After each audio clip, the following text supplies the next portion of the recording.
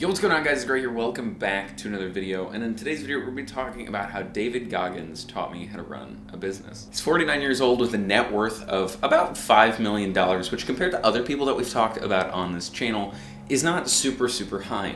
But the reason I want to talk to him both as a person and then somebody who taught me how to run a business is because he has kind of exemplified discipline, hard work, training, overcoming adversity in multiple areas. And if you don't know who I'm talking about David Goggins. He's the only person in all of the US military history to be a Navy SEAL, complete Ranger School, and Air Force training. He also held the world record for the most pull-ups in 24 hours. It was only beaten recently, I believe, by Nathan. So absolutely an incredible person, ultra marathon runner, running hundreds and hundreds of miles. I think at one point he ran 8 100-mile races 8 weekends in a row, which if you don't know, one 100-mile race can put you out for 6 months. He did 8 of them in 8 weeks, which is absolutely insane to think about. But so that's kind of why I want to talk to him on today's channel, of maybe he actually hasn't really ran a business before, or at least not a traditional one that you and I can just start ourselves or might be in ourselves. But as a person, he is somebody who I think if we can really look at how he interacts with the world and how he views the world, there might be something we can gain from his mentality and apply it to our own business. So I have 5 points today that we're going to go over. Number 1, embrace discomfort. So he's very well known for the fact that when something's hard, you kind of just have to go through it. He's embracing the hard things in his life.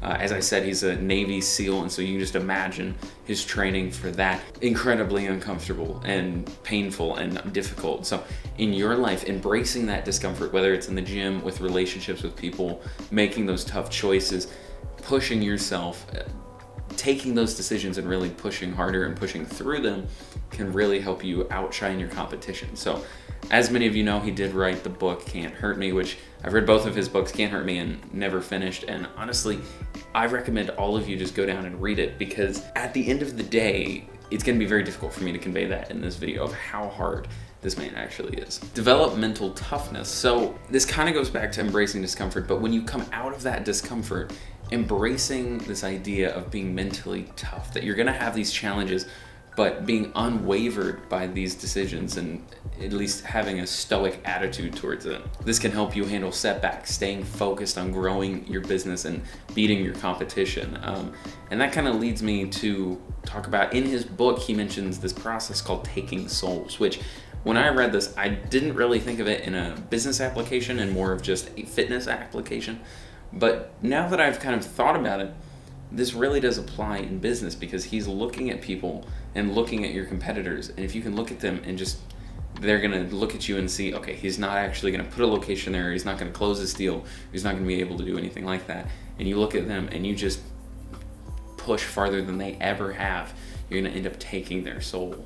And then I can't remember which chapter was in his book, but there was a chapter where he talks about setting a very high standard. So I think it was when he was training, I want to say for Ranger or Air Force, one of the two.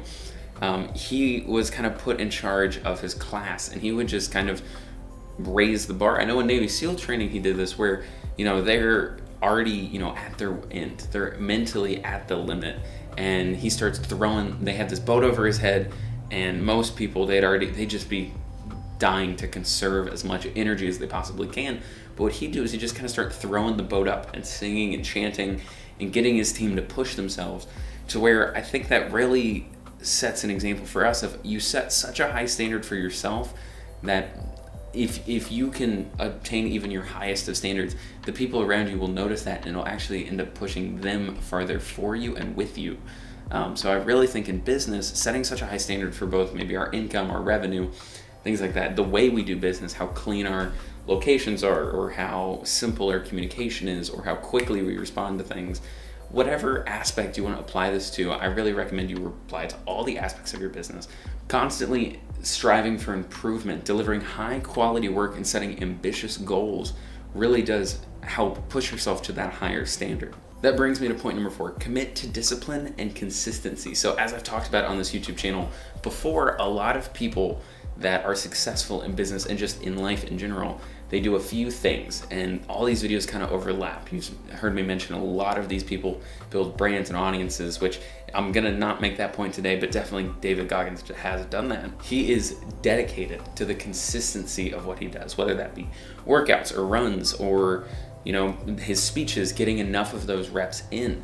And in our business, the consistency of making sure all of our clients are happy, checking in on them, making sure every product is at a high quality every single time. Let's say you're in the food business, making sure every food comes out the same and correctly. Let's say bar business, same thing, cocktails are coming out correctly. In my world, vending machines, making sure all the machines are clean, well stocked, functioning, of products that people actually want to buy. There's no expired food. I'm communicating with the vendors, etc., etc. So definitely being committed on the consistency side, but also being committed to the discipline of it. It is very difficult in our world of business to constantly run a successful business, but when laying out a path forward, being disciplined enough to say, I might want to do this today. For example, I might not want to film a video one day, but actually sitting down and doing it anyway, and really pushing to have a video Monday, Wednesday, Friday, having that discipline really will pay off in the end. And that brings me to my fifth point, that when we're working towards things that are going to pay off in the end, use adversity as a motivator. Really push through and say, look, things are going to get hard. Business is going to be hard. And it's not a linear path up, but it's going to be something that we're going to have to strive for every single day, whether we're working on our business or not. If there's any type of setback or any adversity, David Goggins is a great representation of this as somebody who pushes through all of those. Obviously, he had a terrible childhood. He went through a lot of terrible things. And out of that, there was this weak, broken person, overweight, all these things. And he decided that what he's going to do is he's going to push through all that hardship. And he became one of the most, successful men out of the military, and just a very admirable person. In our business, if you're looking at that, push through every time you see a hurdle. Don't consider it as something like, woe is me, I'm falling behind, but consider it, this is something I can push through, this is something I can work forward through, and use it as this motivator to kind of give yourself that second wind to really push through. By incorporating these Goggins-inspired principles, I think we really can foster drive, excellence, and perseverance in our business endeavors. So thank you all so much for watching today's video. If you guys have enjoyed, drop a like and comment down below who I should talk about next. And yeah, I'll see you on the next one. Adios.